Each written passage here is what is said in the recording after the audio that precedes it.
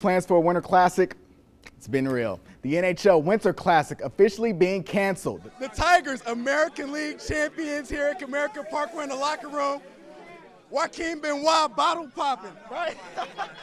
That's all we got to do. It's a big night here at Saginaw where the Spirit have their home opener against Sudbury. Also a big night because Clarissa Shields, the gold medal winner out of Flint Northwestern, she's going to have the puck drop tonight. And ranked 10th in the country and hosting number 20 Notre Dame, Coach D'Antonio said this would be a great time to see how his team measured up. Instead, what he got was a big fat 0. When it's week 1 of the playoffs, who's excited?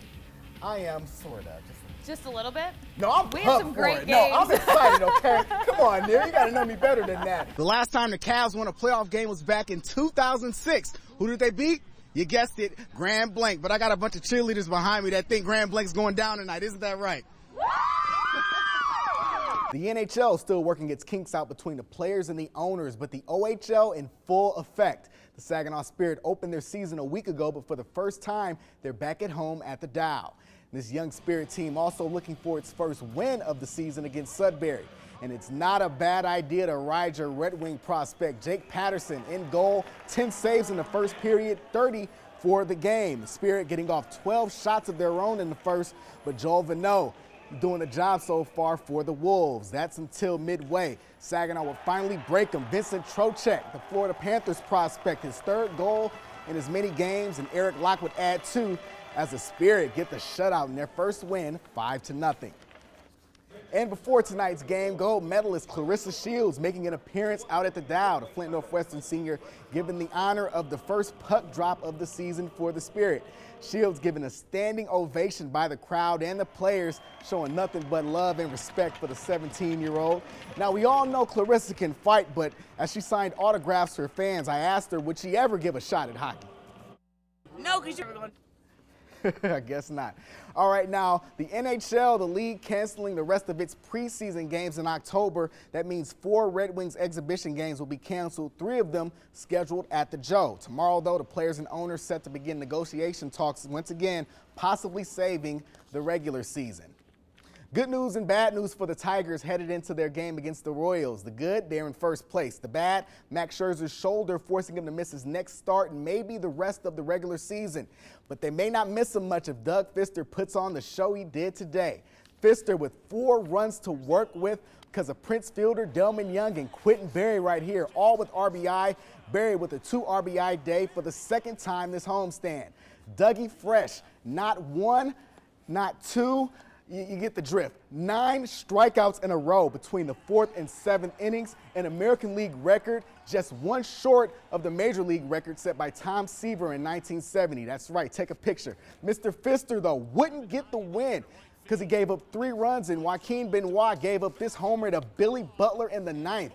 Yes, the score tied at 4, but in the bottom of the 9th, bases loaded, and Alex Avila, for the 3rd time this season, wins it on the final at bat. Don Kelly comes home, and the Tigers keep pace in the Central after the sweep. White Sox losing to Tampa Bay. That score just went final 3-2. The Tigers now 2 up in the Central. And a scene 3 weeks overdue, almost 4 weeks, the NFL's regular referees making their way onto the field. The NFL signing the refs to an 8-year deal, ending the lockout. The fans tonight giving the officials a standing ovation, and the players, Ray Lewis showing his appreciation, and this sports guy giving him a round of applause. Yes, oh, yeah. Glad to see him back. Oh, yeah, also. I know you appreciate that, Very right? No much more so. 4.5-hour games? No more 4.5-hour games. No more endings coming down to an interception / catch, whatever you want to call it. But, yeah, good to have him All right, back. they did it personally for you, Earl. I guess so. That's. With her team trailing in the first set, Jill Jones is up to serve. Myself very competitive. And that's a good thing as she helps her Wolfpack take control of the match. And though her jersey doesn't say it, it's a team name the Saginaw native is quite fond of.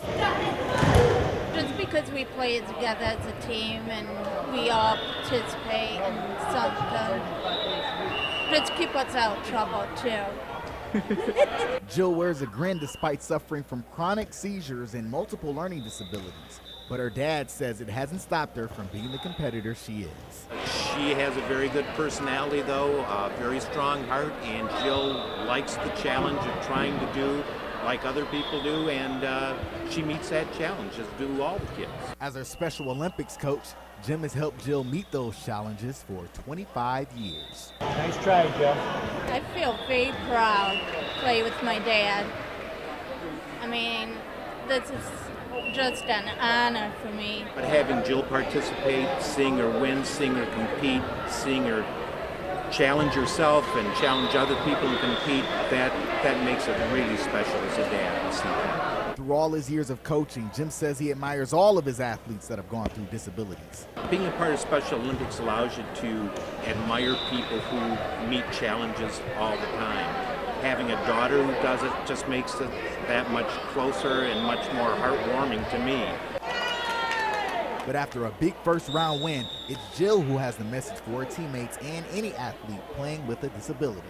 Just go out there, do your best you can, and don't give up, no matter what you do. All right, folks, now you have your football games, and then you have your amazing football games, including the one today between Montrose and Millington. It was a district final in Division 6 that will not be soon forgotten by anyone that was there, including me.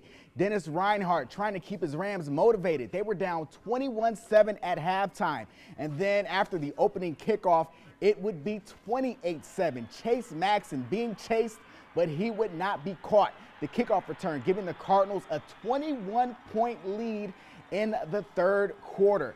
Do you remember what LL Cool J said? Don't call it a comeback. Montrose scoring 20 unanswered points. Malik Taylor with 2 of those touchdowns. The junior right here on the 80-yard reverse. He finds a seam and he is gone. 28-27. Montrose down 1 though after they missed the extra point. It's all right though because these fans believe and so does Caleb Reinhardt. Look at the senior with so much determination. He's fighting his way into the end zone. The refs, they're going to go in and give him the touchdown, put those arms up. There you go. Montrose, they look like they are going to win. But with 2 minutes left, Millington drives into the red zone, but it's Taylor with the interception, giving Montrose its 3rd straight district title. But this district final probably the most memorable of them all. Well, Coach told us, chip away, we'll get back into it, and that's what happened. And for a 3rd straight year, Montrose will play Ithaca in the regional final. We'll hear from the Yellow Jackets tomorrow. In Division 5, Lake Fenton's season ends after they were shut out by Ann Arbor Gabrielle Richard. The Blue Devils finished their season 8-3. And earlier today, Grand Blanc once again falling to East Kensington in the state final 1-0 out in Troy. The Bobcats finishing their season state runner-ups at 14-5-2. Congrats to them. Michigan State hosting Nebraska for the first time in 17 years. Now, Sparty may not want to hear this, but they can actually do Michigan a favor by beating the Huskers as both teams are tied atop the Legends Division.